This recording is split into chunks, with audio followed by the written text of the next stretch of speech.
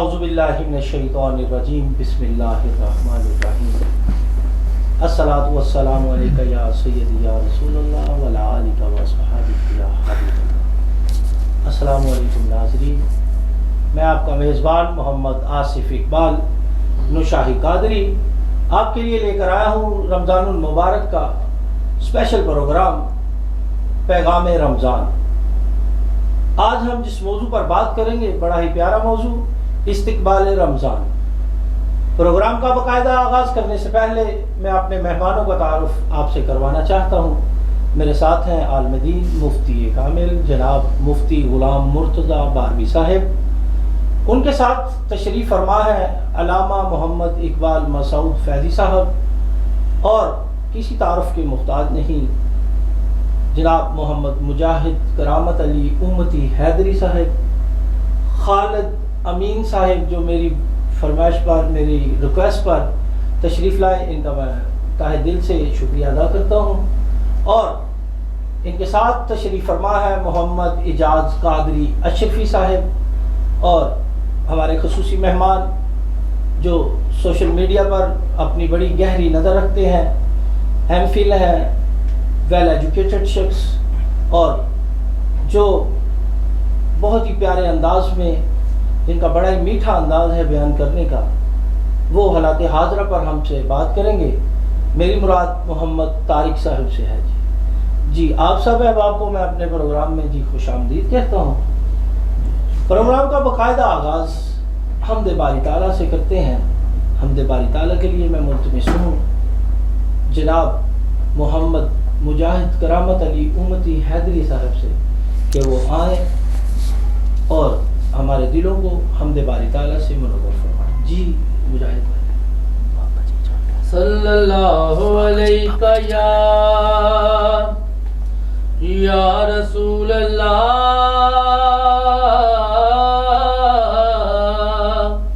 وسلم علیہ یا حبیب اللہ۔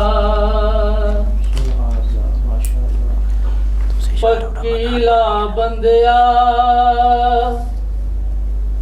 اللہ دے نال یاری، پکیلا بندیا اللہ دے نال یاری، پکیلا بندیا اللہ دے نال یاری۔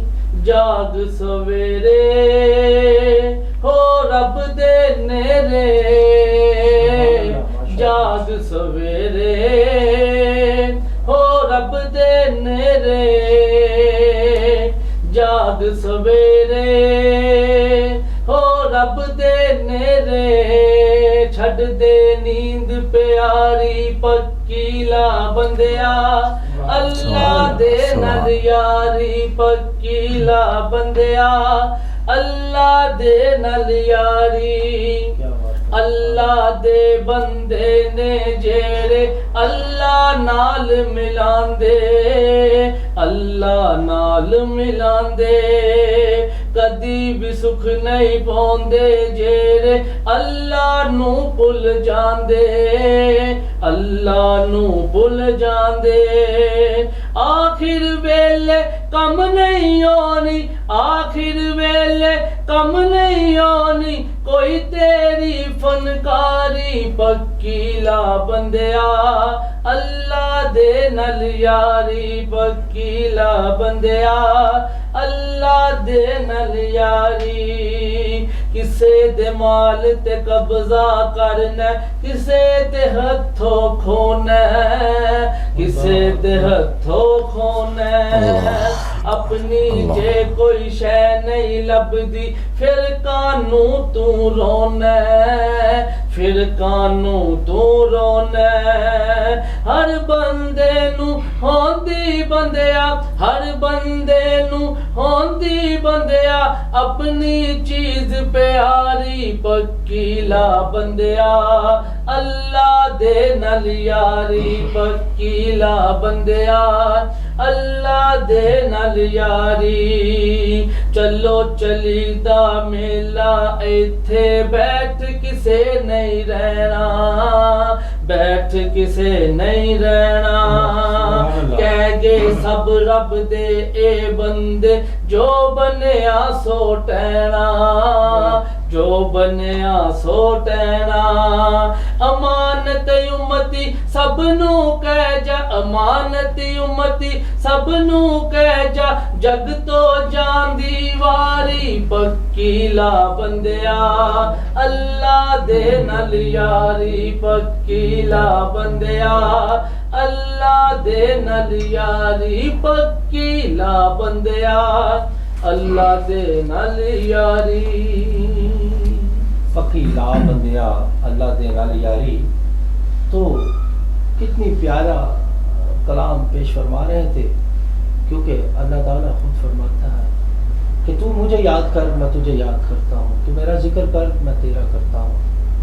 آج رمضان میں اللہ تعالیٰ نے قرآن پاک میں فرمایا کہ اے ایمان والو ہم نے تم پر روزے فرض کر دیے جیسے کہ تم سے پہلی قوموں پر کیے تھے تاکہ تم پرہیزگار بن جاؤ تاکہ تم پرہیزگار بن جاؤ. تو پرہیزگاری کی یہ بھی علامت ہے کہ وہ اللہ سے پھر پکی یاری لگا لیتے ہیں اور پھر اللہ کے ہو کے رہ جاتے ہیں.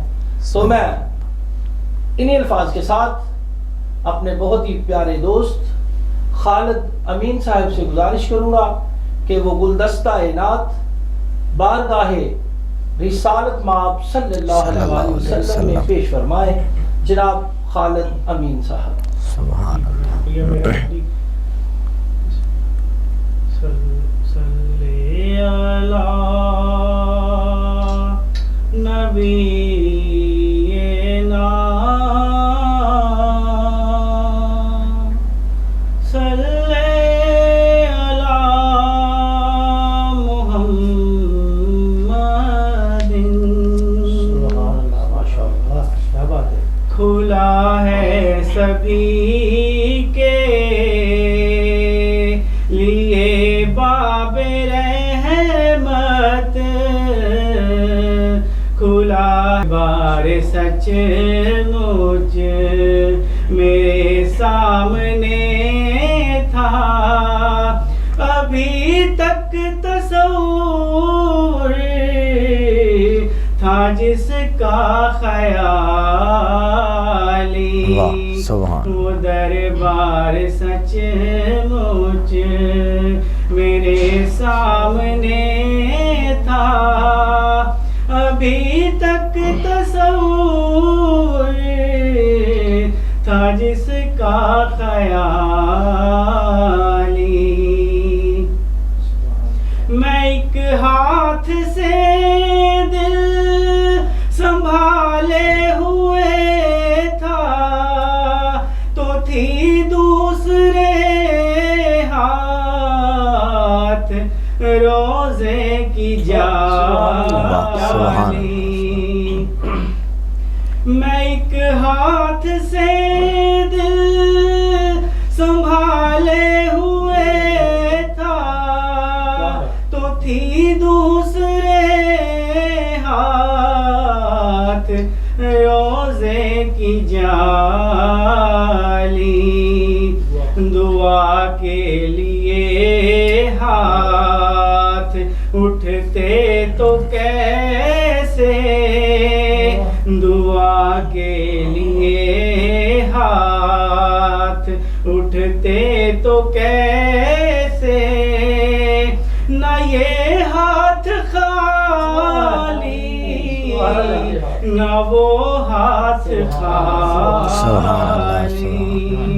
دعا کے لیے ہاتھ اٹھتے تو کیسے نہ یہ ہاتھ خالی نہ وہ ہاتھ خالی. جو پوچھا ہے تم نے کہ میں نظر کرنے کو کیا لے گیا تھا تو تفصیل سن لو. جو پوچھا ہے تم نے کہ میں نظر کرنے کو کیا لے گیا تھا، تو تفصیل سن لو، تھا نعتوں کا ایک ہار، اشکوں کے موتی، درودوں کا گجرا، سلاموں کی ڈالی، تھا نعتوں کا ایک ہار، اشکوں کے موتی، درودوں کا گجرا، سلاموں کی ڈالی۔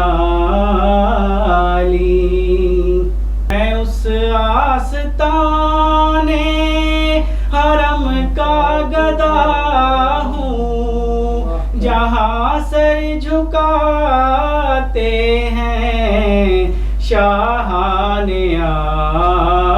عالم، مجھے تاجداروں سے کم مت سمجھنا، مجھے تاجداروں سے کم مت سمجھنا، میرا سر ہے شایان تاج بلالی،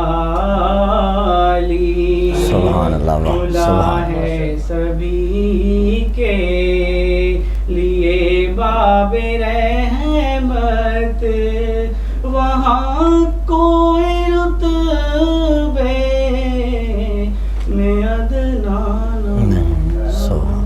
سبحان اللہ، ماشاء اللہ، سبحان اللہ، سبحان اللہ۔ امین صاحب اپنا ہدیہ نعت رسالت مآب صلی اللہ علیہ وآلہ وسلم کی خدمت میں پیش فرما رہے تھے، تو کیا خوب شعر تھا کہ دعا میں کیا مانگ تھا، ہاتھ ہی بھرے ہوئے تھے، سبحان اللہ، بن مانگے ہی عطا کرتے ہیں وہ شعر ہے نا، مدینے جا کے ہم سمجھے تقدس کس کو کہتے ہیں، تو وہیں جا کے پتہ چلتا ہے اللہ نے ایک دفعہ شرف بخشا ہے کہ اس کے محبوب کے در پہ مجھ جیسے ناچیز کو حاضری کا شرف حاصل ہوا، تو وہاں میں نے ایک بات آبزرو کی کہ ہوا بھی ایسے نہیں چلتی، ایک سیدھ میں چلتی ہے، واہ سبحان اللہ، اور سبحان دعا اللہ، دل سبحان سے نکلے تو وہ اللہ، پوری ہوتی ہے۔ بے شک، واہ عالم دین سبحان، بیٹھے ہوئے کہتے ہیں کہ سبحان نیت جو ہے نا دل کے ارادے کا نام ہے، واہ تو جب ہم یہ کہتے ہیں نا کہ سرکار ایسے ہو جائے ابھی دل میں کہا، تو اللہ نے پورا فرمایا، واہ سبحان اللہ، بے کیونکہ کوئی شک، چھوٹا در نہیں ہے، وہ در ہے جس در پہ جبریل بھی آئے تو سر جھکا کے کھڑا ہو، واہ سبحان اللہ، اسی در کی بات کرنے کے لیے میں اپنے بہت ہی پیارے نعت خان جناب محمد اعجاز قادری اشرفی صاحب سے ملتمس ہوں کہ وہ اپنا ہدیہ عقیدت بارگاہ رسالت میں پیش فرمائیں۔ سبحان اللہ، صلی اللہ علیہ یا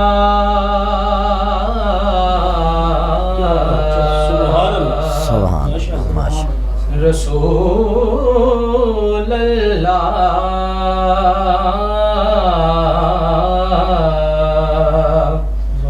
وسلم علیک یا حبیب اللہ، سبحان اللہ، سبحان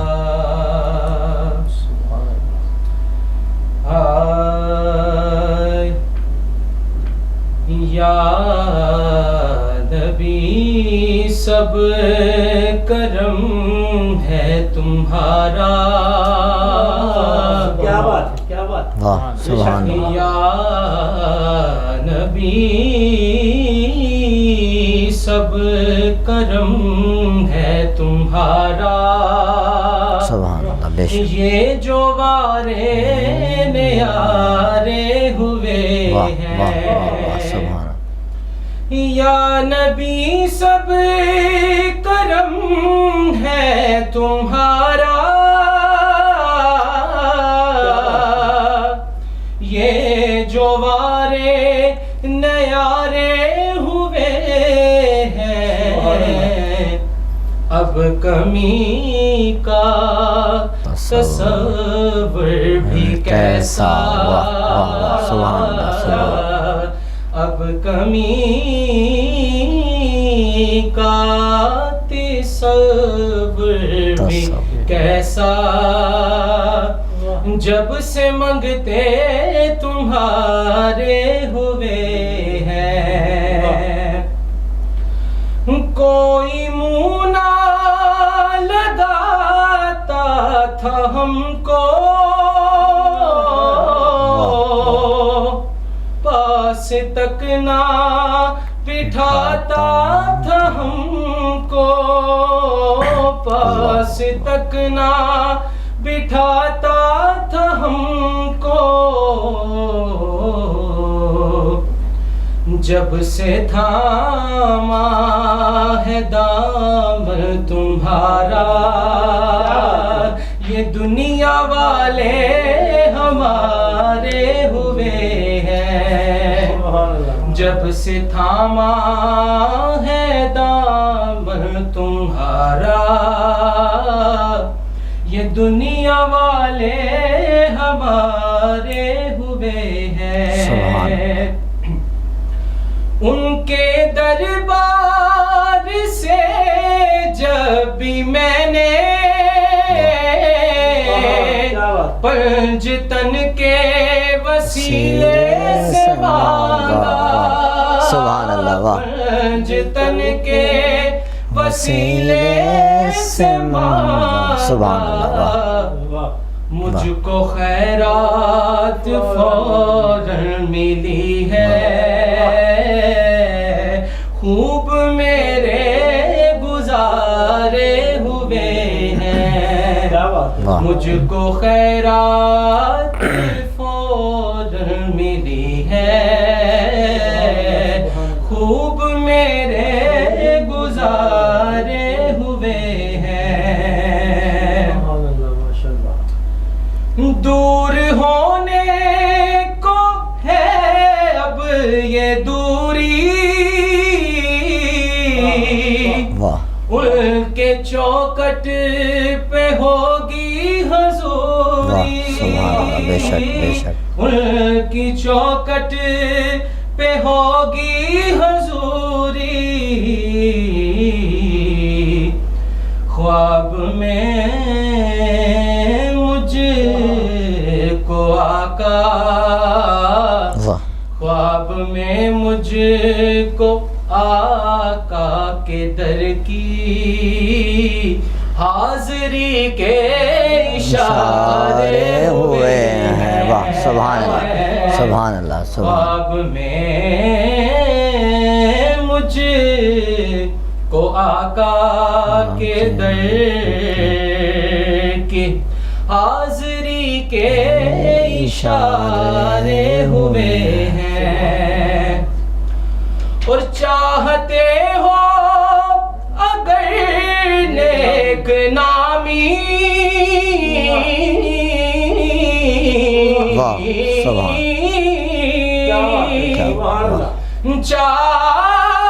چاہتے ہو اگر نیک نامی آل زہرا کی کر لو غلامی آل زہرا کی کر لو غلامی ان کے صدقے سے زاہد نیازی پرسکوں غم کے مارے ہوئے ہیں ان کے صدقے سے زاہد نیازی پرسکوں غم کے مارے ہوئے ہیں یا نبی سب کرم ہے تمہارا یہ جو وارے نیارے ہوئے ہیں سبحان سبحان یا نبی سب کرم ہے تمہارا یہ جو وارے نیارے ہوئے ہیں ہجر کا شعر ہے اور محمد علی زوری قصوری رحمۃ اللہ علیہ فرماتے ہیں کہ ہنجواں نل منہ تو لینا واہ واہ جدو سبحان یاد مدینہ آندا ہے نکرے بہ کے رو لینا. واہ واہ سبحان اللہ. ناظرین انہی الفاظ کے ساتھ چلتے ہیں بریک کی طرف. بریک کے بعد پھر ملتے ہیں.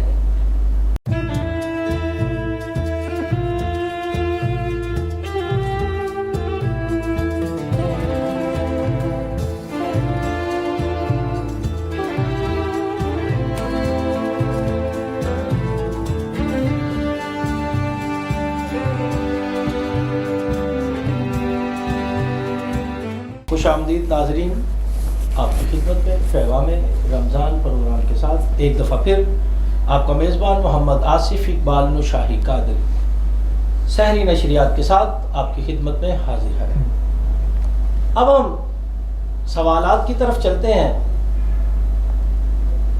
اور سوالوں سے یہ جاننے کی کوشش کرتے ہیں کہ استقبال رمضان کس طرح ہمیں کرنا چاہیے اور اس کا کس طرح ہمیں حکم ملا ہے. جناب سب سے پہلے میں مفتی غلام مرتضیٰ باروی صاحب سے ملتمس ہوں کہ وہ ہمیں بتائیں قرآن اور سنت کی روشنی میں کہ استقبال رمضان کس طرح کرنا چاہیے.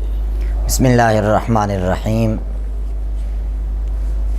اللہ احکم الحاکمین نے قرآن مقدس کے اندر یہ بات ارشاد فرمائی، شہر رمضان الذی انزل فیہ القرآن، کہ رمضان المبارک کا بابرکت مہینہ وہ ہے جس میں قرآن پاک نازل ہوا. سبحان اللہ ماشاء اللہ. اب اس کے اندر فضیلت رمضان کی بیان کرنی تھی، ساتھ قرآن پاک کا حوالہ دیا، ساتھ قرآن پاک کی تعریف بیان کی کہ کہا جس طرح قرآن عظمت والا ہے کہ جس مہینے میں نازل ہوا وہ مہینہ بھی عظمت والا ہے. کیا بات ہے. اسی صورت کے اندر اسی لیے اللہ تعالیٰ نے فرمایا رمضان وہ ہے جس میں قرآن نازل ہوا. اب اسی کے اندر قرآن پاک کی اگر مزید وضاحت دیکھیں تو قرآن کیا ہے، فرمایا ان ھذا القرآن یہدی للتی ہی اقوم. فرمایا قرآن وہ ہے جو قوموں کے لیے ہدایت کا سبب ہے. جیسے اب دیکھیں اسی کو اگر ملائیں تو اس انداز کے ساتھ آپ جواب لے سکتے ہیں کہ قرآن وہ ہے جس سے قوموں کو ہدایت ملتی ہے، تو رمضان بھی وہ ہے جس سے لوگوں کو اور مسلمانوں کو ہدایت نصیب ہوتی ہے. کیا بات ماشاء اللہ ماشاء اللہ. اور ناظرین ہم علامہ محمد اقبال مسعود فیضی صاحب سے بھی یہی سوال کرنا چاہیں گے کہ سر ہمیں بتائیں کہ قرآن میں استقبال رمضان کے بارے میں کیا فرمان ہے. جی بسم اللہ الرحمن الرحیم. جیسے قبلہ مفتی صاحب بھی فرما رہے تھے کہ اللہ تعالیٰ نے رمضان شریف کی فضیلت قرآن مجید کے حوالے سے بیان فرمائی، اور چونکہ رمضان شریف کی فضیلت ہی قرآن کی وجہ سے ہے تو قرآن مجید کی فضیلت کی وجہ سے رمضان کی فضیلت ہے. تو اب جب بندہ قرآن مجید اور رمضان شریف کی فضیلت کو سمجھ جائے گا، جب کسی جیسے دنیا میں ہوتا ہے کہ کسی شخص کی فضیلت اور اس کا مقام جب ہم سمجھ جاتے ہیں، ہمیں معلوم ہو جاتا ہے تو ہم پھر اس کی قدر کرتے ہیں. بے شک. تو اسی طرح رمضان شریف کی قدر و قیمت جب ہم قرآن کو پڑھتے ہیں تو پتہ چلتا ہے کہ یہ بڑا جو ہے مہینہ جو ہے اللہ کے ہاں مقدس ہے، فضیلت والا ہے اور بڑا شان والا ہے. اور پھر رمضان شریف کے روزے جو ہیں یہ بندہ بوجھ نہ سمجھے، جب وہ انعام سمجھے، کیونکہ قرآن یہ کہتا ہے کہ کتب علیکم الصیام کما کتب علی الذین من قبلکم، کہ تم پر روزے ایسے فرض کیے گئے ہیں جیسے تم سے پہلی قوموں پر فرض تھے. جب یہ انعام کو سمجھیں گے تو ہم رمضان شریف کا استقبال کریں گے، بھی مہمان آیا ہے. تو اس لیے ہم رمضان شریف کی فضیلت کو جب یہ سمجھ جاتے ہیں تو پھر ہمارے دل کے اندر یہ چاہت پیدا ہوتی ہے، یہ احترام پیدا ہوتا ہے، یہ خواہش پیدا ہوتی ہے کہ ہم آنے والے مہمان کا استقبال کریں، اور یہ حضور کی سنت سے بھی ثابت ہے. سبحان اللہ سبحان اللہ. اچھا میں آپ دونوں احباب سے یہی سوال کرنا چاہوں گا کہ نبی صلی اللہ علیہ وآلہ وسلم کی حدیث کی روشنی میں ہمیں استقبال رمضان کے بارے میں کچھ فرمائیں. حضرت سیدنا سلمان فارسی رضی اللہ تعالی عنہ یہ بڑے جلیل القدر صحابی ہیں.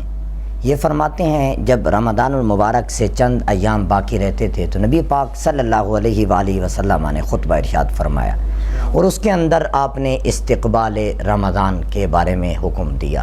فرمایا لوگو تم پر ایسا مہینہ سایہ فگن ہونے والا ہے، یعنی ایسا مہینہ آنے والا ہے جو تم پر سایہ اپنا کر لے گا. سبحان اللہ. اب اس سایہ دار مہینے کے اندر ہے کیا؟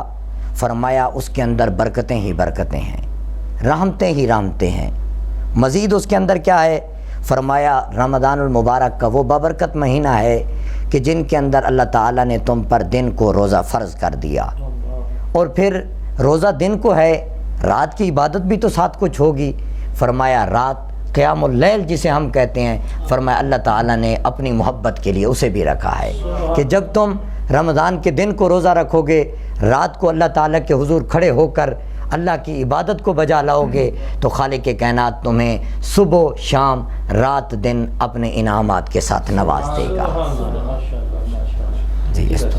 جی اسی طرح نبی کریم رؤوف الرحیم صلی اللہ علیہ وآلہ وسلم نے ارشاد فرمایا کہ رمضان شریف میں جو شخص اللہ سے قرب حاصل کرنے کے لیے، اس کی رضا حاصل کرنے کے لیے عبادات کرتا ہے تو عام دنوں کی نسبت ان دنوں میں جب بندہ نوافل ادا کرتا ہے تو اللہ تعالیٰ اس کو فرض کے برابر ثواب عطا فرماتا ہے. سبحان اللہ سبحان اللہ. اور پھر اس آقا علیہ الصلوۃ والسلام نے ارشاد فرمایا کہ اس مہینے میں جب کوئی بندہ فرض ادا کرتا ہے اللہ اسے 70 فرائض کا ثواب عطا فرماتا ہے. سبحان اللہ سبحان اللہ سبحان اللہ. اس لیے یہ برکت والا مہینہ ہے.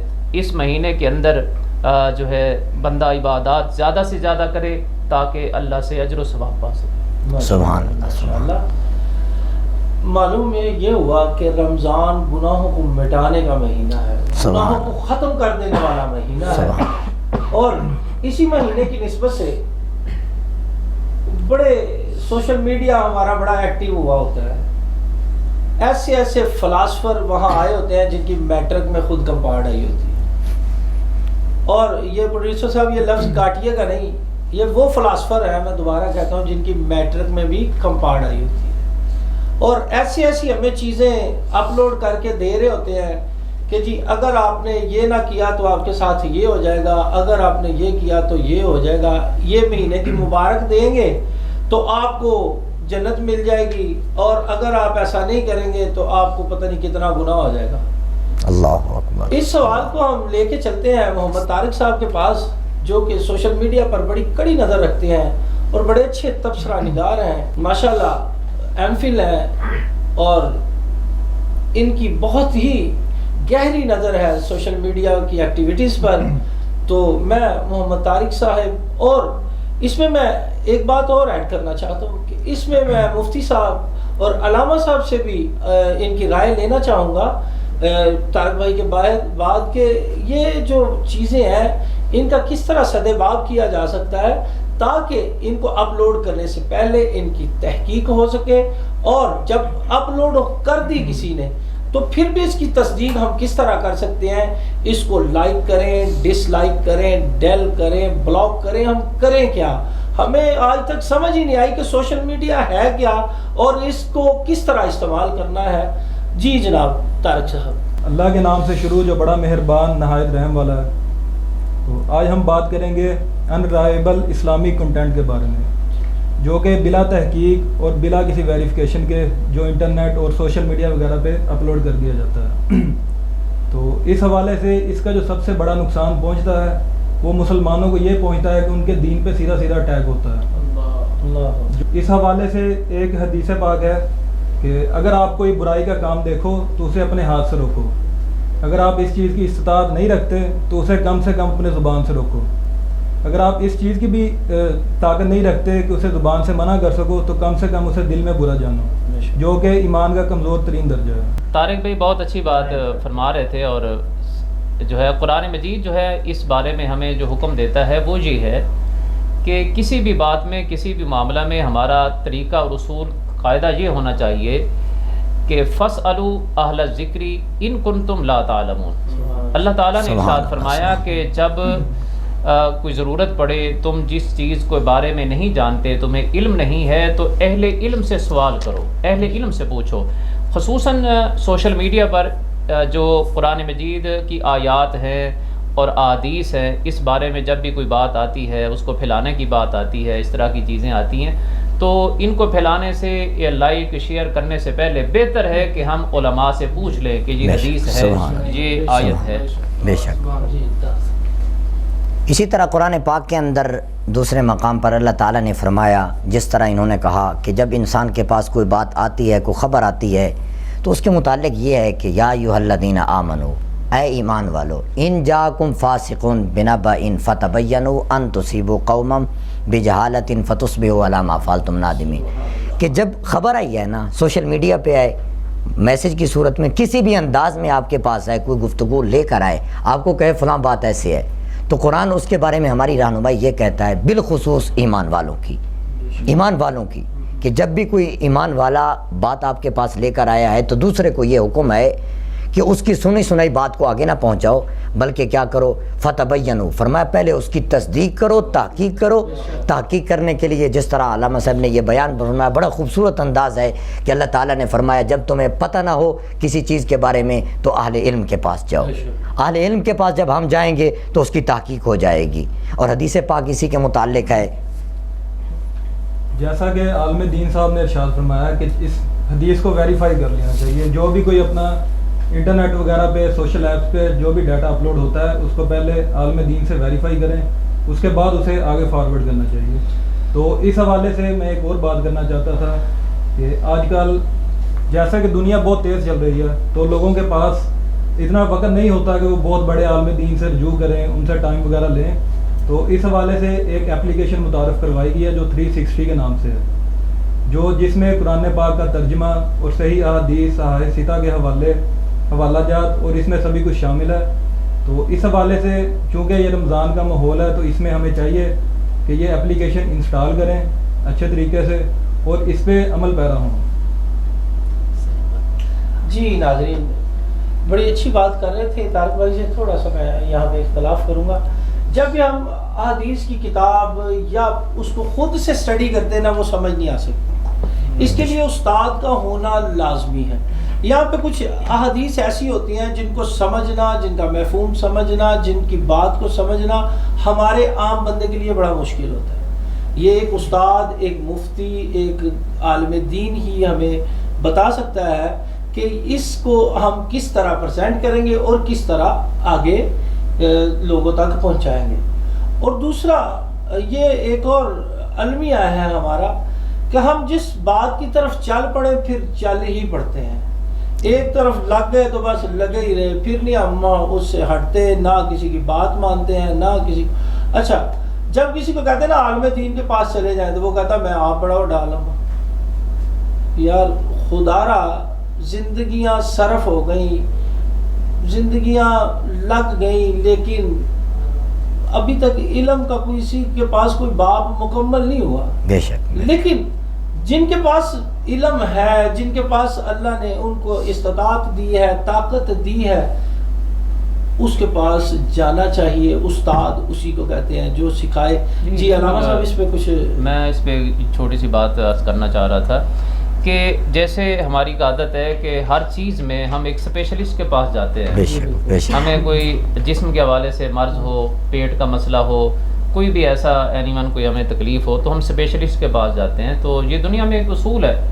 تو ظاہر ہے کہ دین کی بات ہوگی تو دین کے حوالے سے بھی اسی کے پاس جانا چاہیے کہ جو دین جانتا ہو، دین پڑھنا اور پڑھانا جس کا کام ہو، تو وہی بتا سکتا ہے۔ بے شک۔ اس طرح لگا لیں کہ سائیکل جو صحیح کرتا ہے اس کے پاس ہم اپنی موٹر سائیکل لے جائیں، اور جو موٹر سائیکل صحیح کرتا ہے اس کے پاس اپنی گاڑی لے جائیں، اور گاڑی بھی ہمارے پاس ذرا مہنگی والی ہو، تو پھر اس کا حشر آپ امیجن کر سکتے ہیں، بندہ امیجن کر سکتا ہے جس کی ہو، اس کے دل کو کیا ہو رہا ہوگا جب وہ سائیکل صحیح کرنے والا ایک مرسڈیز کو ہاتھ ڈال کے بیٹھا ہوگا۔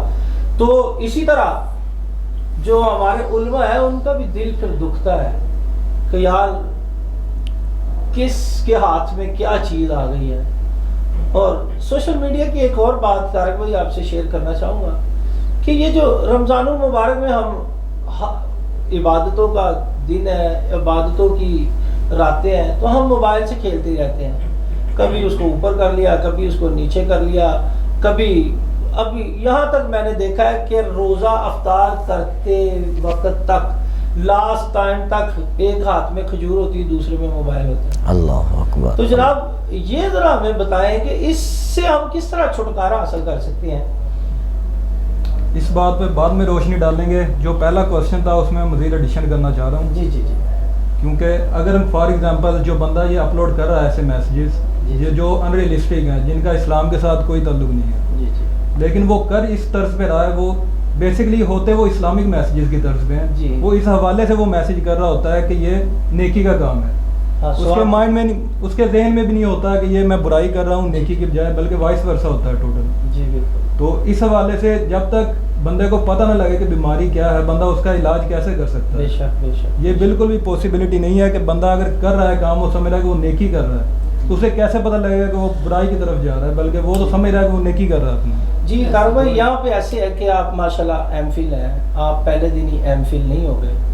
آپ نے سب سے پہلے نرسری اسکول کو اپنے اپلائی کیا اپنے اوپر, اس میں گئے, انہوں نے آپ کو مڈل یا میٹرک تک تعلیم دی, پھر آپ ہائی اسکول میں میٹرک تک آپ آ گئے, پھر آپ نے فرسٹ ایئر کہیں سے کالج سے کسی ڈگری کالج سے کیا, پھر آپ نے بی اے کیا, پھر آپ یونیورسٹی میں آئے. اسی طرح دین کی بھی سمجھانے کے پڑھانے کے مراحل ہیں. یہاں پہ بندہ جب پہلے سال میں داخل ہوتا ہے, پھر دوسرا, پھر تیسرا, پھر چوتھا, پھر پانچواں, ساتواں, پھر دورہ حدیث آتا ہے, پھر وہاں پہ جا کے علماء سے علم حاصل کر کے اس کا سارا انالیسز لے کے پھر ایک عالم ایک کہیں جا کے اس قابل ہوتا ہے کہ کسی کو اپنا مسئلہ سمجھا سکے, کسی کا مسئلہ اس کو بتا سکے. یہ ایک دن کا کام ہے ہی نہیں. اور جس کے پاس دنیاوی تعلیم ہے اس کو اپنی دنیاوی تعلیم کے ساتھ ساتھ دینی تعلیم بھی حاصل کرنی چاہیے. اسی سوال کو ہم پھر مفتی صاحب کے پاس بھی لے کے چلتے ہیں. جناب یہ رمضان میں جو ہمارے پاس یہ سوشل میڈیا کی بھرمار لگی ہوئی ہے, وہی میری بات میں دوبارہ رپیٹ کر دیتا ہوں کہ ایک ہاتھ میں ہمارے کھجور ہوتی ہے, دوسرے ہاتھ میں کچھ نہ کچھ چل رہا ہوتا ہے. تو یہ کیا عالم ہے؟ اس کے بارے میں جو پہلی بات تھی اسی کو مزید وضاحت کے ساتھ حدیث پاک سے بیان کرتے ہوئے بیان کرتا ہوں. نبی پاک صلی اللہ علیہ وآلہ وسلم کی روایت ہے, یعنی نبی پاک علیہ السلام نے فرمایا من رأى منکم منکرا فلیغیرہ بیدہ. فرمایا جب بھی تم کوئی برائی دیکھو اس کو اگر تمہارے پاس قوت اور طاقت ہے تو ہاتھ سے روکو. یعنی اب یہ کس کو حکم ہے؟ ایک شخص ہے وہ جرم کر رہا ہے, دوسرا ہے جرم کو دیکھ رہا ہے. جو مجرم ہے اسے یہ خبر نہیں ہے, خیال میں نہیں ہے کہ میں جرم کر رہا ہوں, دیکھنے والا اس کو جرم سمجھ رہا ہے. تو اس کو حکم یہ ہے کہ اگر اللہ نے اسے طاقت اور قوت دی ہے تو اس کو روک دے, اس کو روکنا ہے. فرمایا فَإِن لَمْ يَسْتَطِعْ فَبِلِسَانِهِ. اگر اس کے پاس اتنی قوت اور طاقت نہیں ہے, جرم کرنے والا اس سے بڑا ہے, یہ اس کے لیول کا ہے, برابر کا ہے, اس سے چھوٹا نہیں ہے کہ اس پہ ہاتھ کے ساتھ اسے روک سکے. اس کے متعلق بھی مفہوم کلام ہے. فرمایا کلموا الناس علی قدر عقولہم, کہ لوگوں کو جب سمجھانا ہے ان کی اصلاح کرنی ہے تو ان کے معیار کے مطابق کرنی ہے. اگر بڑا ہے تو انداز گفتگو بڑوں والا ہونا چاہیے, اگر چھوٹا ہے تو انداز گفتگو چھوٹا, اگر برابر ہیں تو پھر برابری والا انداز گفتگو ہونا چاہیے. اس کے متعلق اب دوسری طرف فَإِن لَمْ يَسْتَطِعْ فَبِلِسَانِهِ. اگر اتنی ہمت نہیں ہے, بڑا نہیں ہے, بلکہ وہ کیا ہے اپنے لیول کا ہے, برابر کا ہے, تو فرمایا پھر اسے زبان سے سمجھاؤ, اسے کہو کہ بھائی یہ آپ غلط کر رہے ہیں. اس وقت نیکیوں کو اکٹھے کرنے کا وقت ہے, دعا کی مقبولیت کا وقت ہے, کیونکہ روزہ جب افطار ہوتا ہے تو اس وقت کیا کیا جاتا ہے, اللہ تعالیٰ اپنے بندوں کی دعا کو قبول فرماتا ہے اور فرشتوں کے سامنے اپنے بندوں کے لیے اظہار فخر کرتا ہے کہ دیکھو میرے بندوں کے سامنے ہر چیز پڑی ہوئی ہے, بتاؤ میرے فرشتوں یہ بتائیں کس کی رضا کے لیے خاموش ہیں. ابھی وہ کھا نہیں رہے, کھانا ان کے سامنے ہے, فروٹ سامنے ہے, شربت سامنے ہے, بھوکے اور پیاسے بھی ہیں, لیکن اس کے باوجود وہ کھا نہیں رہے, پی نہیں رہے میری رضا کی خاطر. تم گواہ ہو جاؤ میں نے ان کے سارے گناہوں کو بخش دیا ہے. اب تیسری اور آخری گفتگو, آخری بات کیا فرمائی؟ فرمایا فَإِن لَمْ يَسْتَطِعْ. اگر زبان سے روکنے کی قوت اور طاقت بھی نہیں ہے, وہ بالکل ہی بڑا ہے, یعنی بڑا ہے, اتنا بڑا ہے کہ آپ اس کے سامنے زبان اور ہاتھ دونوں استعمال نہیں کر سکتے. فرمایا فَبِقَلْبِهِ. پھر کم از کم دل میں تو اسے برا جان سکتے ہو نا. یعنی اس عمل سے اپنے آپ کو تو دور رکھ سکتے ہو، لیکن اس میں ساتھ یہ فرما دیا وَذَلِكَ أَضْعَفُ الْإِيمَانِ، فرمایا اے ایمان والو پھر اپنے ایمان کی فکر کرنا، اگر یہ چیز تمہارے اندر آ جائے تو یہ ایمان کا آخری درجہ ہے، اگر یہ چیز تمہیں میسر نہ آئے تو پھر یہ سمجھ لینا کہ تمہارے اندر ایمان ہی نہیں رہا ہے۔ جناب اصل میں میں قاری علامہ مسعود صاحب کے پاس بھی اسی سوال کو لے کے جانا چاہتا ہوں، اس سے پہلے یہ گوش گزار کرنا چاہتا ہوں کہ ہم میڈیم کے کسی کے بھی خلاف نہیں ہیں، نہ سوشل میڈیا کے نہ کسی کے، اس کے استعمال کی بات ہو رہی ہے یہاں، اور کوئی بندہ کوئی میڈیا برا نہیں ہوتا، ہم جو استعمال کرتا ہے نا اس کی سوچ کے مطابق وہ اپنی اپلیکیشن کو چلاتا ہے۔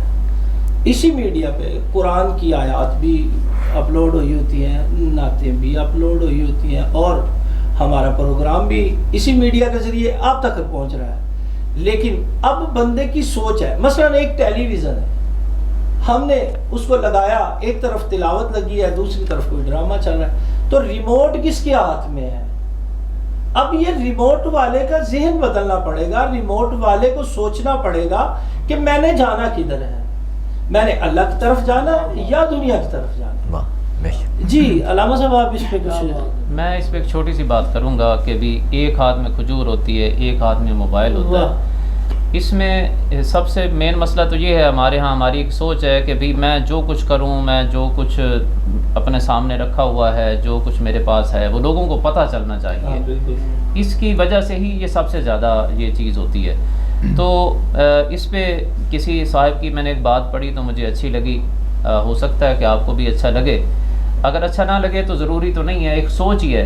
انہوں نے کہا کہ اپنے دسترخوان کو، اپنے افطاری اور یہ جو چیزیں ہیں اس کی تصویریں چیزیں زیادہ اپلوڈ نہ کرو، ہو سکتا ہے کہ دیکھنے والے کے پاس وہ نہ ہوں اور اس کو تکلیف ہو۔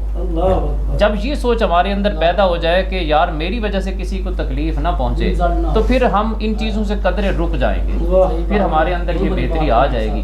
نبی کریم صلی اللہ علیہ وسلم تشریف فرما ہے، ایک شخص آیا، عرض کی یا رسول اللہ میرا بیٹا نہیں مل رہا۔ خیر میں بات کو بڑا مختصر کرتے ہوئے، جب اس کا بیٹے کے ملنے کی خبر آئی تو آقا نے اسے بلایا، تو میرے آقا نے فرمایا کہ جاؤ فلاں جگہ پہ تمہارا بیٹا ہے، تو تم بیٹا کہہ کے نہیں بلانا، یا رسول اللہ میرا بیٹا ہے، میں بیٹا کہہ کے نہ بلاؤں۔ آقا نے فرمایا کہ ہو سکتا ہے کہ وہاں کوئی یتیم بچہ ہو جس کا والد زندہ نہ ہو اور اسے سن کر تکلیف ہو۔ تو یعنی اتنا جو ہے اخلاقیات اور ان چیزوں کا تعلق ہے، اور رمضان شریف تو ہمیں ہمدردی، غم گساری یہ چیزیں سکھاتا ہے۔ تو موبائل ان چیزوں سے ہم تب ہی بچ سکتے ہیں جب یہ ہمارے اندر فکر پیدا ہو جائے کہ ہم نے کسی کو تکلیف اور دکھ نہیں پہنچانا، اور ضروری بھی نہیں ہوتا کہ ہر چیز کر کے جو ہے اسے اپلوڈ کیا جائے، نیکی کر دریا میں ڈال۔ یہ جب مزاج پیدا ہو جائے گا تو انشاءاللہ معاشرے میں بہتری آ جائے گی۔ طارق صاحب آپ اس پہ کچھ کہہ رہے ہیں؟ جیسا کہ آصف صاحب نے ارشاد فرمایا تھا کہ سوشل میڈیا پہ ہر قسم کی چیزیں ہوتی ہیں، نیٹ پہ ہر طرح کی چیزیں اویلیبل ہوتی ہیں، تو it's all depend on human beings whether they are using it for their positivity اور ان اے نیگیٹو وے۔ تو چیزیں ہر طرح کی غیر اخلاقی مواد، اور ایون آپ کے پاس اخلاقی مواد بہت سارا ڈیٹا اکٹھا ہوا ہوتا ہے، وہ سارا آپ پہ ڈیپینڈ کرتا ہے کہ آپ اس کو کس وے میں یوز کر رہے ہیں۔ جی بالکل۔ تو اس کے لیے ضروری ہے، جو میں ایک سجیشن دینا چاہوں گا ادھر آپ سب لوگوں کو اور باقی سارے مسلمان بھائیوں کو، ہمارے ناظرین کو بھی، تو وہ یہ ہے کہ رمضان المبارک میں چونکہ ہر بندہ روزے کے ساتھ ہوتا ہے، ہر مسلمان کا روزہ ہوتا ہے، تو اس کے لیے ضروری ہے جو سب سے زیادہ استعمال ہونے والی اپلیکیشن ہے وہ فیس بک کی ہے، اور جو سب سے زیادہ غیر اخلاقی مواد ملتا ہے ہمیں وہ فیس بک پہ ملتا ہے، کیونکہ باقی سوشل ایپس اس میں ہمارے پرسنل کانٹیکٹس ہوتے ہیں، پرسنل لوگ ہوتے ہیں، جیسے کہ واٹس ایپ وغیرہ ہو گیا، تو اس میں اتنا خطرہ نہیں ہوتا کہ غیر اخلاقی مواد وغیرہ کوئی سینڈ کرے گا یا کوئی ایسا حساب کتاب، اس میں ایسا کچھ نہیں ہوتا۔ تو جو فیس بک ہے اس میں کئی قسم کے بندے انکانشیسلی ہماری فرینڈ لسٹ میں ایڈ ہو جاتے ہیں، تو ہمیں اس چیز کا آئیڈیا نہیں ہوتا، جب ہم لاگ ان کرتے ہیں اپنا کافی سارا غیر اخلاقی ویڈیوز اور تصویریں دیکھنے کو ملتی ہیں، جس سے ہمارے دین کا نقصان ہے اور ہمارا روزہ مکروہ ہونے کی اس سے سبب پیدا ہو جاتا ہے۔ اس کے متعلق ایک بات میں ساتھ ایڈ کرتا ہوں، اللہ تعالیٰ نے قرآن پاک میں فرمایا کہ جب بھی یہ جیسے انہوں نے کہا کہ ہم یہ مواد دیکھتے ہیں، تو قرآن پاک میں ہے وَتَعَاوَنُوا عَلَى الْبِرِّ وَالتَّقْوَىٰ، فرمایا جب بھی تم نے ایک دوسرے کے ساتھ بھلائی کرنی ہو، کسی کی مدد کرنی ہو تو نیکی کے ساتھ کرو۔ سبحان اللہ، کیا بات ہے۔ جب ہم مواد پھینکتے ہیں یا دیکھتے ہیں تو آپ اور میں نے دیکھا ہے، اگر وہ اچھا ہے تو ہم تب اسے اچھا سمجھیں گے جب ہماری اس پہ ریسرچ مکمل ہو جائے گی، آگے دوسرے کو اسی کی ترغیب دیں گے۔ فرمایا وَلَا تَعَاوَنُوا عَلَى الْإِثْمِ وَالْعُدْوَانِ، لیکن کبھی بھی کسی کی برائی میں حوصلہ افزائی نہیں کرنی، مدد نہیں کرنی۔ حوصلہ افزائی کرنی ہے تو نیکی میں کرنی ہے۔ اور اس کے ساتھ ایک اور بات، جیسے انہوں نے کہا کہ وہ سوشل میڈیا پہ ہم سب دیکھ رہے ہوتے ہیں، آپ اور میں سوشل میڈیا پہ دکھاتے ہیں، تصویریں کھینچتے ہیں، ایک دوسرے کو پھینکتے ہیں۔ ایک پہلو تو علامہ صاحب نے بڑا خوبصورت انداز کے ساتھ بیان کیا۔ اس کا دوسرا پہلو کہ ہم یہ سب کچھ جب سوشل میڈیا پہ پھینکتے ہیں تو لوگوں کو دکھانے کے لیے کرتے ہیں، تو جب لوگوں کو دکھاتے ہیں تو ہمیں جو مشیت خداوندی ہے اس سے وہ دور ہو جاتے ہیں۔ جب اس سے دور ہو جاتے ہیں تو ہمیں جو ثواب ملنا ہوتا ہے اس ثواب سے محروم ہو جاتے ہیں۔ ہم نے روزہ تو رکھا، نیکیاں تو کی، لیکن ان نیکیوں کا ثواب ہمیں نہیں ملا۔ جس طرح رمضان کے بارے میں ہے، فرمایا جس نے رمضان کو پایا اور رمضان میں روزہ رکھا ایمان کے ساتھ اور اپنے نفس کے محاسبے کے ساتھ، فرمایا غفر لہ ما تقدم من ذنبہ، اس کے ما قبل کے جتنے بھی گناہ ہیں وہ سارے کے سارے بخش دیے جاتے ہیں۔ بے شک بے شک۔ آپ نے جناب ناظرین، آپ نے دیکھا کہ ہمارے مفتیان اکرام کتنے خوبصورت انداز میں رمضان کی برکات بیان فرما رہے تھے۔ یہاں لیتے ہیں ایک چھوٹا سا وقفہ، وقفے کے بعد ملتے ہیں۔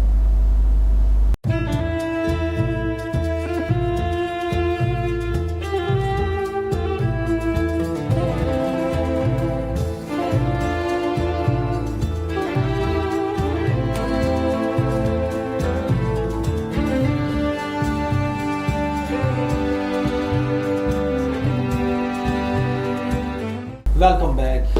آپ کو پھر ایک دفعہ پیغام رمضان میں خوش آمدید کرتا ہوں۔ اور جتنا خوبصورت یہ پروگرام چل رہا ہے، میرا دل کر رہا ہے کہ میں اپنے پیارے دوست محمد مجاہد کرامت علی امتی حیدری صاحب سے گزارش کروں کہ وہ ذات رسول مقبول صلی اللہ علیہ وآلہ وسلم سے ہمارے ناظرین کے دلوں کو منور فرمائیں۔ جی سبحان اللہ۔ جتھے مدنی دا ڈیرا ہے، سبحان اللہ سبحان اللہ۔ جندریے چل چلیے، جتھے مدنی دا ڈیرا ہے، جندریے چل چلیے، اتھے کوئی نہ میرا ہے، جندریے چل چلیے، اسا جانا مدینے نو، اسا جانا واہ بے شک۔ مدینے نو، ملنا عربی نگینے واہ سبحان اللہ، انشاءاللہ۔ ہویا شوق ودیرا ہے، جندریے چل چلیے، ہویا شوق ودیرا ہے، جندریے چل چلیے، اتھے کوئی نہ نہ نہ، اتھے کوئی نہ تیرا ہے، جندریے چل چلیے، سونا درد ونڈاوے گا، سونا درد ونڈاوے گا، سانو گل نال لاوے گا، سبحان اللہ۔ پاویں سفر لمبے آئے، جندریے چل چلیے، پاویں سفر لمبے آئے، جندریے چل چلیے، بوٹا آسدا کھل جاوے، بوٹا آسدا کھل جاوے، سانو ڈولن مل جاوے، او دے پیار دا گھیرا ہے،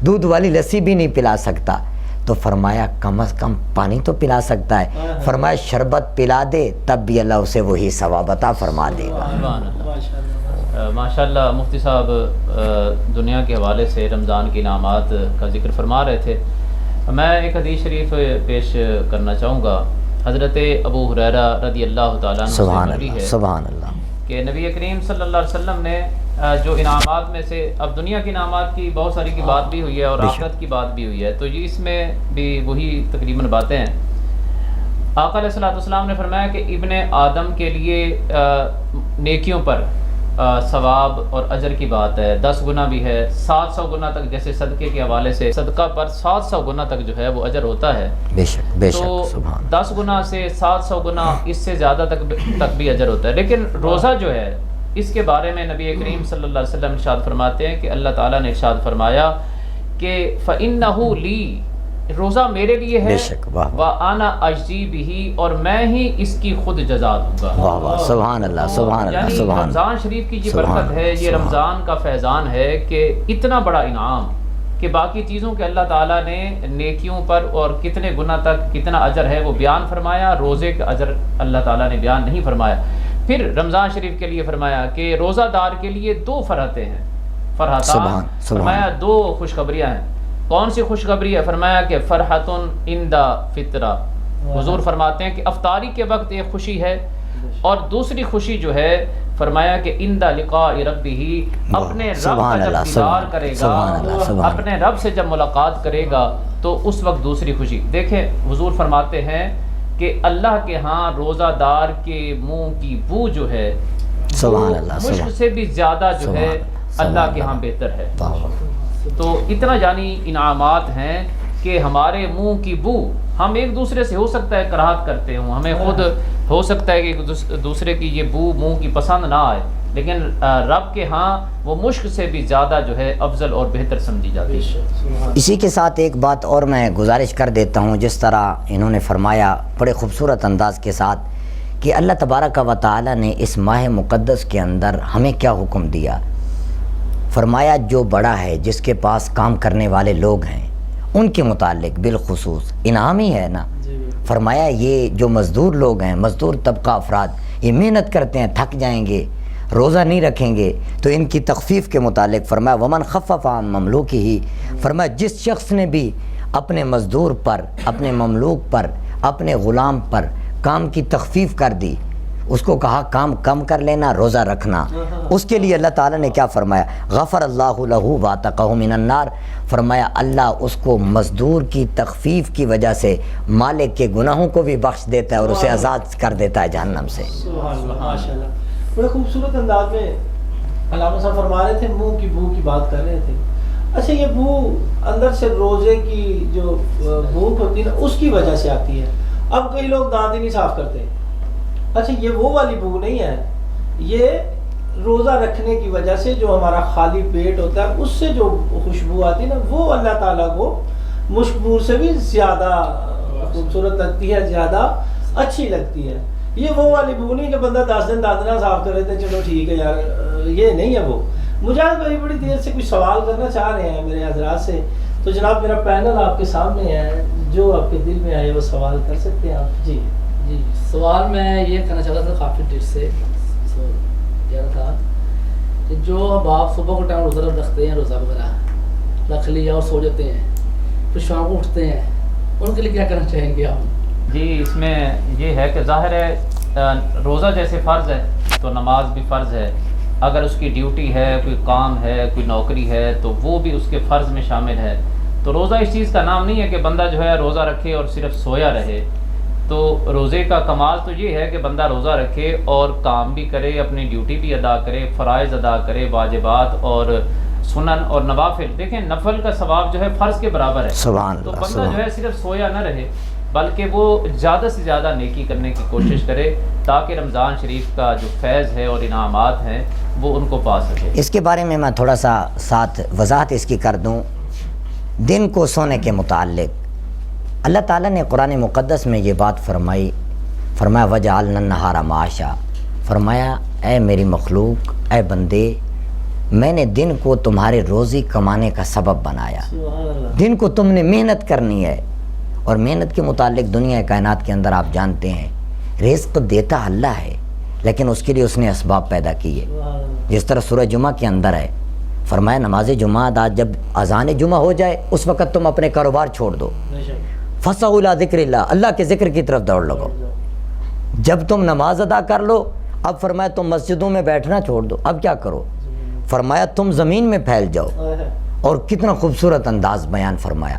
فرمایا تم اپنے اپنے شعبے کے اندر چلے جاؤ، جو جس شعبے کے ساتھ لنک اور تعلق رکھتا ہے اسی میں چلا جائے، اور وہاں جا کر وہ اللہ کا فضل تلاش کرے. سبحان اللہ. یعنی جب وہ نماز ادا کر کے دوبارہ جائے گا اپنے شعبے کے اندر اپنے کام کے ساتھ، وہاں جو بھی کام کرے گا وہ سارا اللہ کا فضل بن کر اس کے سامنے آ جائے گا. اور سونے کے لیے کیا بتایا؟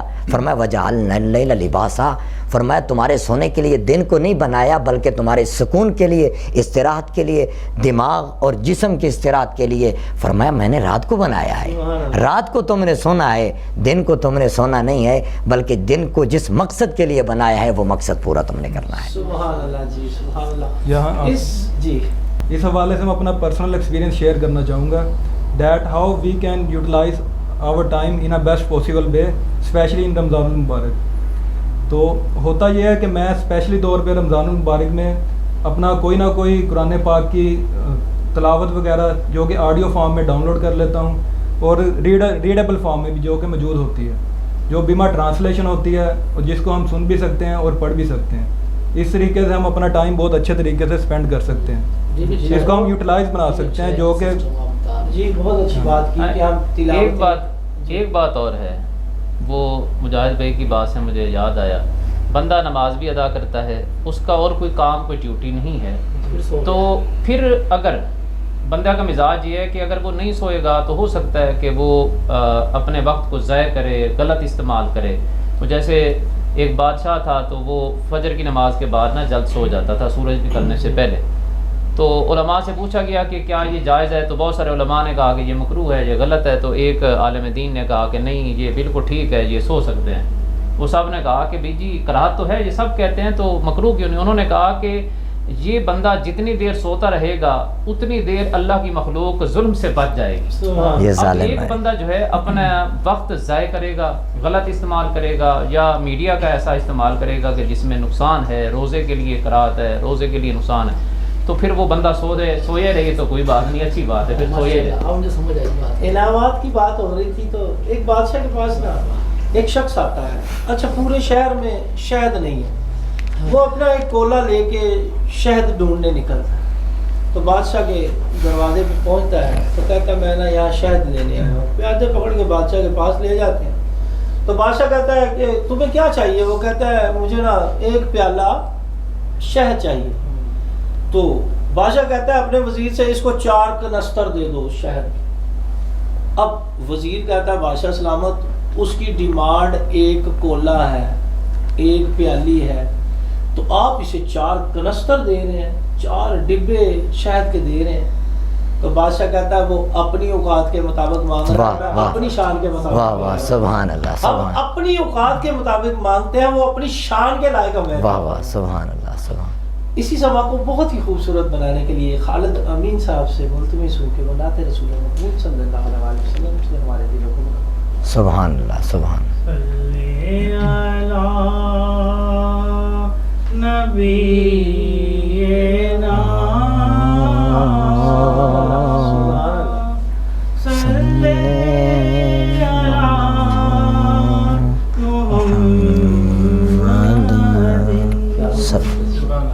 سبحان اللہ. فاصلوں کو تکلف ہے ہم سے اگر، سبحان اللہ. واہ. ہم بھی بے بس نہیں، بے سہارا نہیں. واہ سبحان اللہ. سبحان. خود انہی کو پکاریں گے ہم دور سے، راستے میں اگر پاؤں تھک جائیں گے. ہم مدینے میں تنہا نکل جائیں گے اور گلیوں میں قصدن بھٹک جائیں گے. ہم وہاں جا کے واپس نہیں آئیں گے.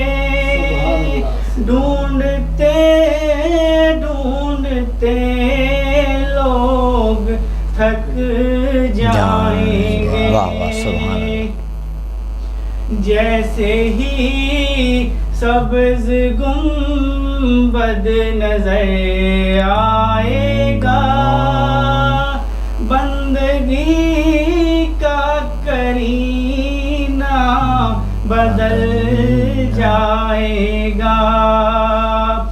سر جھکانے کی فرصت ملے گی کسے خود ہی پلکوں سے سجدے ٹپک جائیں گے. نام آقا جہاں بھی لیا جائے گا ذکر ان کا جہاں بھی کیا جائے گا. نور ہی نور سینوں میں بھر جائے گا. سبحان اللہ سبحان اللہ. ساری محفل میں جلوے لپک جائیں گے. اے مدینے کے زائر خدا کے لیے داستان سفر مجھ کو یوں مت سنا. بات بڑھ جائے گی دل مچل جائے گا. میرے محتاط آنسو چھلک جائیں گے. فاصلوں کو تکلف ہے ہم سے اگر ہم بھی بے بس نہیں بے سہارا نہیں. کیا بات ہے جی. سبحان اللہ. خالد امین صاحب نے بچپن یاد کروا دیا. سبحان اللہ. ظفر قاسمی صاحب کا کلام اور بہت ہی خوبصورت انداز میں. اور آپ کو ایک بات بتا دوں, بڑا آپ نے بچپن کی بات کر دی. تو یہ نعت اصل میں شروع میں نے اپنی 9th کلاس میں اسکول میں پڑھی تھی. سبحان جب اللہ. میں 9th کلاس میں تھا تو 9ویں کا یہ بچپن ہی ہوتا ہے, تو کلاس میں تھا بھی سب سے چھوٹا. تو لیکن بڑا اللہ کا کرم ہے کہ جو اس نے مجھے اندر محبت رکھی اور اتنا کرم کیا. بہت کرم کی بات ہوتی ہے جی, اتنے بڑے استادوں کا کلام پڑھنا اور اس کے ساتھ انصاف کرنا, یہ بہت بڑی بات ہے جی. ناظرین, اس خوبصورت کلام کے بعد میں اپنے علامہ صاحبان کے پاس چلتا ہوں کہ وہ سوال و جواب کا سلسلہ دوبارہ شروع کرتے ہیں. اچھا سر, رمضان میں ہمیں کرنا کیا چاہیے, ہمیں کس طرح رمضان گزارنا چاہیے جی, اس کے بارے میں دونوں اب آپ سے گزارش ہے کہ سب سے پہلی چیز تو یہ ہے کہ ہمیں خود احتسابی کرنی چاہیے تاکہ ہم یہ کچھ دیر بیٹھ کے سوچیں اور کہ ہم نے پچھلے رمضان میں کتنی بار قرآن شریف پڑھا, ہم نے کیا نیکیاں کی, کتنے غریبوں کی مدد کی ہے, اور ہم نے اپنے ماں باپ کی خدمت کی. یعنی جو حقوق ہیں, چیزیں ہیں, اخلاقیات ہیں, ان سب چیزوں پر جو ہے توجہ کرے. حضرت عمر فاروق رضی اللہ تعالیٰ عنہ فرماتے ہیں کہ حاسبو قبل ان تحاسبو. آپ فرماتے ہیں کہ اپنا محاسبہ کرو, اپنا احتساب کرو اس سے پہلے کہ تم سے حساب لیا جائے. تو یہ ہم نے رمضان شریف سے پہلے احتساب کرنا ہے اپنا. ہم نے سوچنا ہے, دیکھنا ہے کہ ہم قرآن مجید پڑھیں گے، تلاوت کریں گے، زیادہ سے زیادہ درود شریف پڑھیں گے، ہم غریبوں کی مدد کریں گے، روزے رکھیں گے، اپنے ٹائم کو ہم کس طرح جو ہے گزاریں گے۔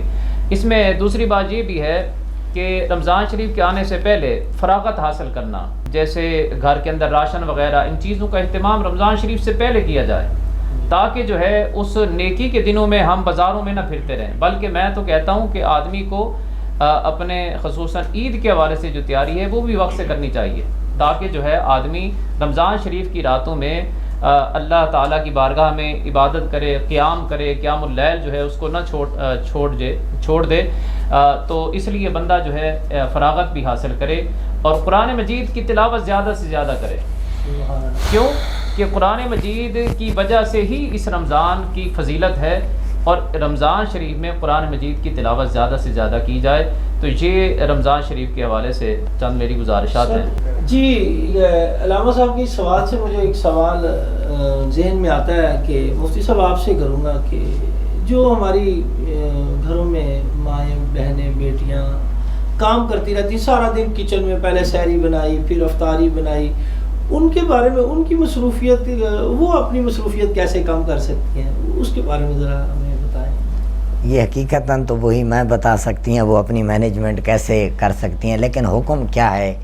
حکم یہ ہے کہ جب بھی کام کرنا ہے اس کے لیے بہترین جو شریعت پاک نے کہا خیر الامور اوسطها، کہ جب بھی کوئی کام کرنا ہو اس میں درمیانی راستہ اختیار کرنا ہے، نہ کسی کام کو لمبا کرنا ہے، نہ کسی عمل کو لمبا کرنا ہے، نہ بالکل مختصر کرنا ہے، بلکہ جو کام ضروریات زندگی میں سے جو رمضان کا سحری کا کام ہے وہ سحری کے وقت وہی مختصر کریں، اور اس کے بعد جو افطاری کا ہے مختصراً افطاری۔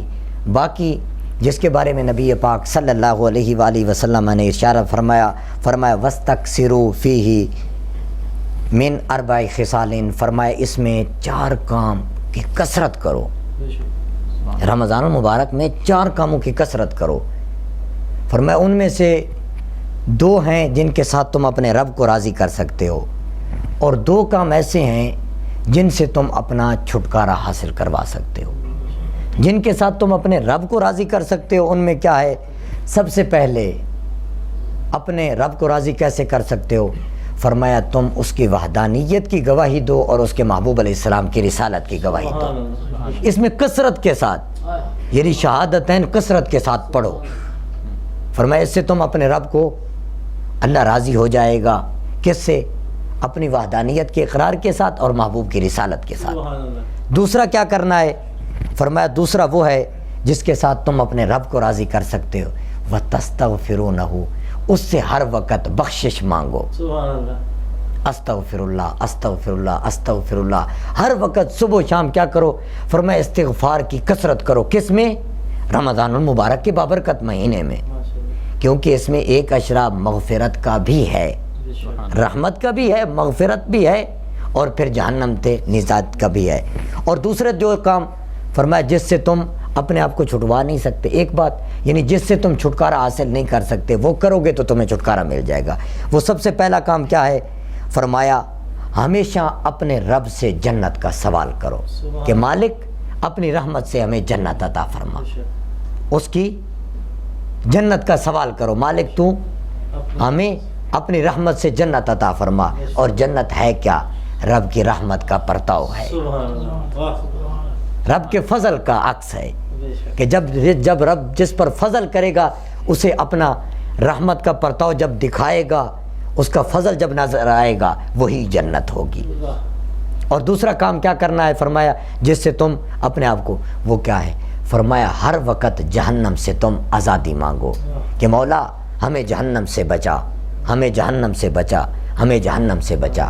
اب اس کے ساتھ ہی آخر کے اندر انشاءاللہ العزیز آپ سے یہ پیغام رمضان کے حوالے سے گزارش کرتا ہوں، تمام احباب ہمارے ناظرین، چاہے وہ عورتوں کی صورت میں ہیں، مردوں کی صورت میں، ہمہ قسم کے لیے یہ حکم ہے۔ یہ صرف ہماری ایک بات ہے کہ جب بھی رمضان کے آنے سے پہلے جتنے بھی رمضان المبارک کے اندر مصروفیات زیادہ ہے اس کو کم سے کم تر کریں، اور جتنے بھی آپ کے فضولیات کام ہیں ان کو ترک کر دیں، بلکہ اپنے آپ کو تیار کر لیں کہ رمضان میں ہم نے دن کو روزہ رکھنا ہے اور رات کو تراویح کی صورت میں ہم نے بیداری کرنی ہے. اور اس کے ساتھ جن لوگوں کے پاس اللہ نے انہیں مال سے نوازا ہے وہ اپنے مال غریبوں تک پہنچائیں. غریبوں کو تاکہ جتنا پہلے زکوٰۃ ادا کر دیں گے وہ غریب احسن انداز کے ساتھ روزہ رکھ لیں گے. جب وہ احسن انداز کے ساتھ روزہ رکھیں گے تو ہمیں اس کا ڈبل ثواب مل جائے گا.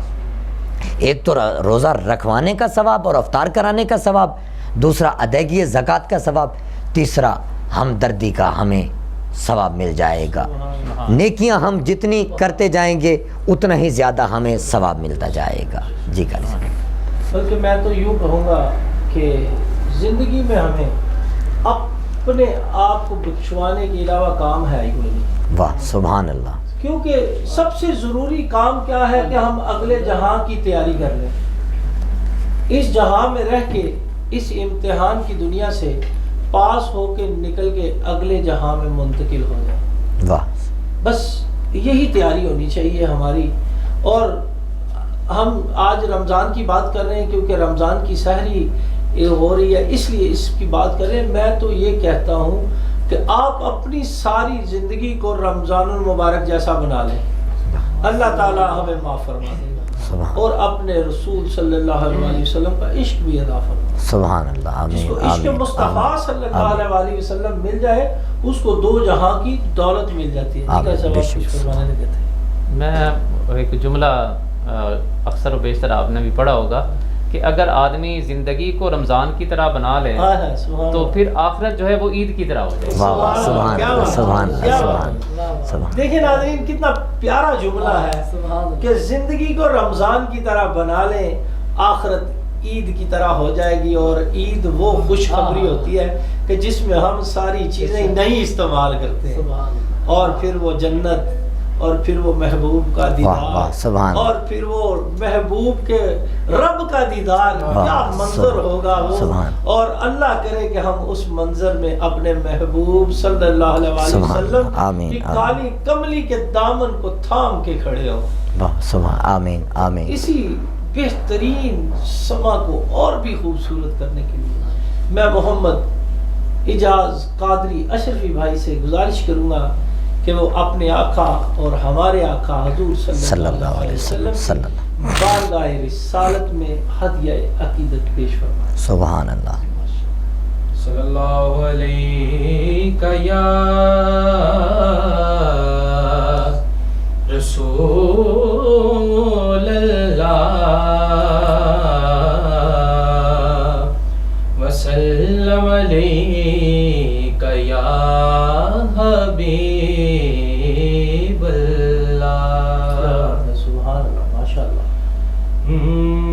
میرا گدا میرا منگتا میرا غلام آئے. کاش حضور پاک مدینے میں بیٹھ کر یہ کہیں کہ میرا گدا میرا منگتا میرا غلام آئے آئے. میرا گدا میرا منگتا میرا غلام آئے. میرا گدا میرا منگتا میرا غلام آئے آئے.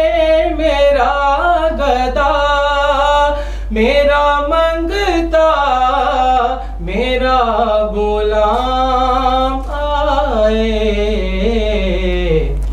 خدا کرے ابھی طیبہ سے یہ پیام آئے. خدا کرے ابھی طیبہ سے یہ پیام آئے. غلام زہرا ہوں میں تو علی کا نوکر ہوں.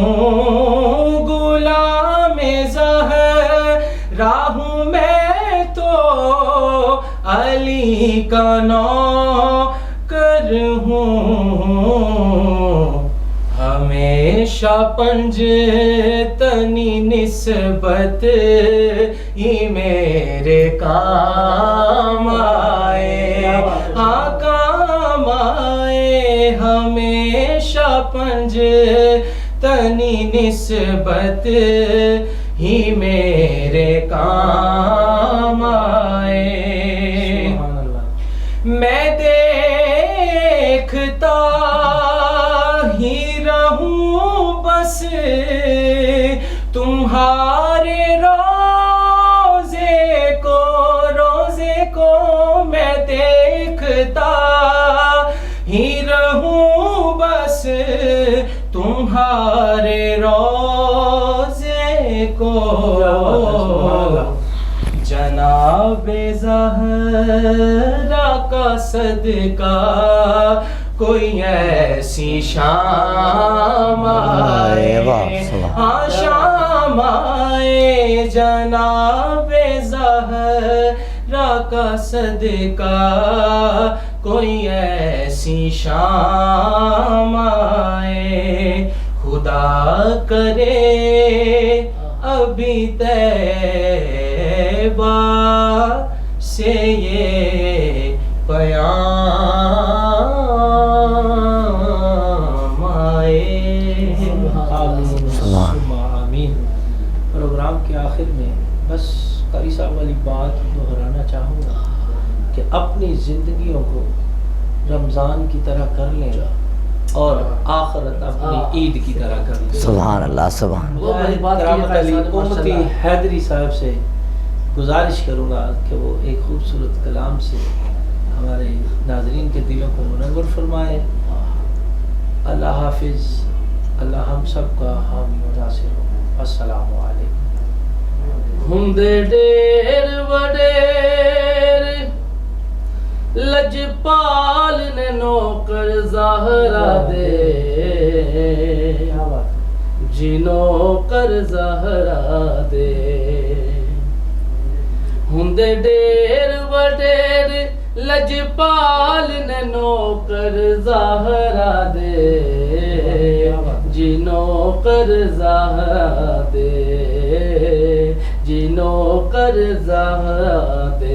رہندے مرن تو بعد بھی نال نے نوکر زہرا دے، جی نوکر زہرا دے، جی نوکر زہرا دے۔ ہندے ڈیر وڈیر لجپال نے نوکر زہرا دے، جی نوکر زہرا دے۔ کوئی داتا، کوئی خواجہ، کوئی پاک پتن دا راجا، کوئی خواجہ، کوئی راجا، کوئی پاک پتن دا راجا، باہو تے قلم در لال نے نوکر زہرا دے، جی نوکر زہرا دے، جی نوکر زہرا دے۔ تارے انوی سون نہیں دین دے، فجر بھی جلدی ہون نہیں دین دے۔